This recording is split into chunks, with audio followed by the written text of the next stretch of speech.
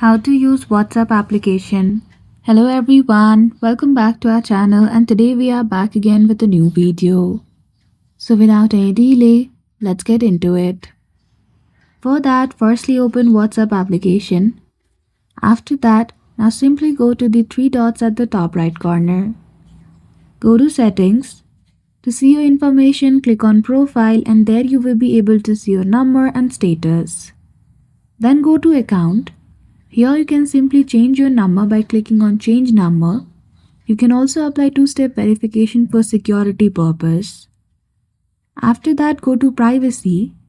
Make sure you change the privacy according to your desire. Scroll down and you can also add block contacts from here.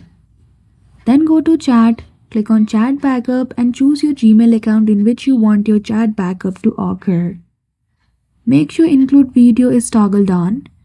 Also choose the automatic backup frequency and at the end go to notification and make sure reminder and conversation tones both are turned on. So that's it. I hope you found this video helpful. If you did, don't forget to give it a thumbs up and subscribe to our channel for such tutorial. Thank you for watching till the end.